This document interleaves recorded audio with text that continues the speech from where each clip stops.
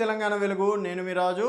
ప్రస్తుతం తెలంగాణలో మాత్రం ఇటు సీఎం రేవంత్ రెడ్డి గారికి నాంపల్లి కోర్టు నోటీసులు ఇవ్వడంతోటి ప్రస్తుతం ఇది ఒక హాట్ టాపిక్గా మారింది. అక్టోబర్ 16 నాడు నాంపల్లి కోర్టుకు హాజరు కావాలని చెప్పేసి కూడా ఆదేశాలు ఇవ్వడం అనేది జరిగింది.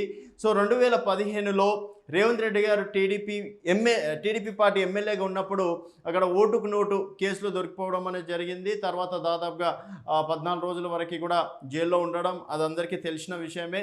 సో ఇప్పుడు మరోసారి దాదాపుగా 4-5 సంవత్సరాల తర్వాత మళ్ళీ మరోసారి వెలుగులోకి రావడం అనేది జరిగింది. సో 16వ తేదీ నాడు మాత్రం ఖచ్చితంగా హాజరు కావాలని చెప్పేసి కూడా నాంపల్లి కోర్టు చెప్పడం ఇప్పుడు రాష్ట్ర వ్యాప్తంగా సంచలనం మారిందని చెప్పేసి కూడా చెప్పుకోవచ్చు.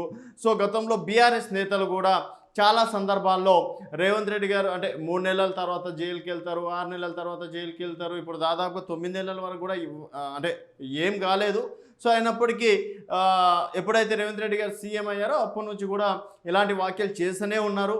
బట్ ఇప్పుడు వరకు దానిపైన అంటే ఓటుకు నోటు కేసుని సుప్రీంకోర్టులో కూడా వాళ్ళు పిటిషన్ వేసి ఇతర రాష్ట్రాలకు బదిలీ చేయాలని చెప్పేసి కూడా పాడి కౌశిక్ రెడ్డి కావచ్చు ఇతర ఎమ్మెల్యేలు కూడా సుప్రీంకోర్టును కూడా ఆశ్రయించడం అనేది జరిగింది. అయినప్పటికీ సుప్రీంకోర్టు దీంట్లో ఇన్వాల్వ్ అయ్యి ఈ కేసుని ఎక్కడ కూడా తప్పుదో పట్టించే అవకాశం ఉండదు, ఏ రాష్ట్రంలో ఉందో ఆ రాష్ట్రంలోనే ఉంటుందని చెప్పేసి కూడా చాలా క్లియర్ కట్గా చెప్పడం అనేది కూడా జరిగింది.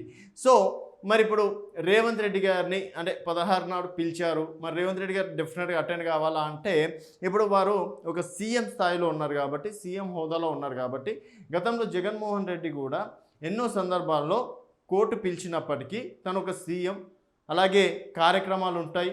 సో బిజీ లైఫ్ ఉంటుంది కాబట్టి సో ఆ విధంగా అంటే నాకు కార్యక్రమాలు ఉన్నాయి, ఆ విధంగా నేను రాలేనని చెప్పేసి కోర్టుకి వారి తరపున అడ్వకేట్లు చెప్పుకుంటే సరిపోతుంది. అంటే గతంలో మనం జగన్మోహన్ రెడ్డికి చూసినాం కాబట్టి సో అదేవిధంగా ఇక్కడ కూడా అడ్వకేట్లతో చెప్పించే అవకాశం కూడా ఉండే ఛాయిసెస్ అయితే ఉంటాయి. డెఫినెట్గా కోర్టుకి అంటే ఒక సీఎం కాబట్టి కోర్టుకి వెళ్ళాల్సిన అవసరం అయితే మ్యాక్సిమం ఉండకపోవచ్చు.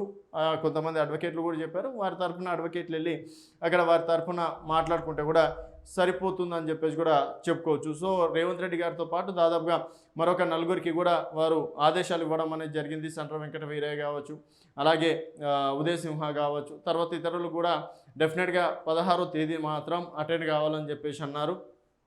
సో మళ్ళీ 16 తర్వాత ఎలాంటి పరిణామాలు తెలంగాణ రాష్ట్రంలో ఉంటాయనేది చూడాలి. మరి నాంపల్లి కోర్టు ఏం చెప్తుంది, సో రేవంత్ రెడ్డి గారి తరఫున అడ్వకేట్లు ఏం చెప్తారు అనేది ఆ రోజు వరకు వేచి చూడాల్సిన విషయం అని చెప్పేసి కూడా చెప్పుకోవచ్చు. సో మరి నాంపల్లి కోర్టు ఈ విధంగా అంటే ఆదేశాలు ఇవ్వడాన్ని మీరు ఏ విధంగా చూస్తున్నారు అనేది సో ఇప్పటివరకు అంటే కాంగ్రెస్ పార్టీ కావచ్చు ఎవరు కూడా దీనిపైన ఎవరు కూడా రియాక్ట్ కాలేదు. కేవలం బీఆర్ఎస్ మాత్రమే దీనిపైన రియాక్ట్ అవుతుంది. అలాగే కొన్ని సందర్భాల్లో అయితే ఓటుకు నోటు కేసులో రేవంత్ రెడ్డి గారిని కాపాడుతుంది బీజేపీ అని చెప్పేసి కూడా చాలా సందర్భాల్లో బీఆర్ఎస్ కామెంట్ చేసింది. మరి 10 సంవత్సరాలు మీరే అధికారంలో ఉన్నారు కదా, అప్పుడు ఏం చేయలేకపోయారని బీజేపీ ఎదురుదాడి ఇటు బీఆర్ఎస్ పైన చేయడం అనేది జరిగింది. మరి ఇప్పుడు 16వ తేదీ నాడు మాత్రం ఖచ్చితంగా రావాలని చెప్పేసి నాంపల్లి కోర్టు చెప్పింది.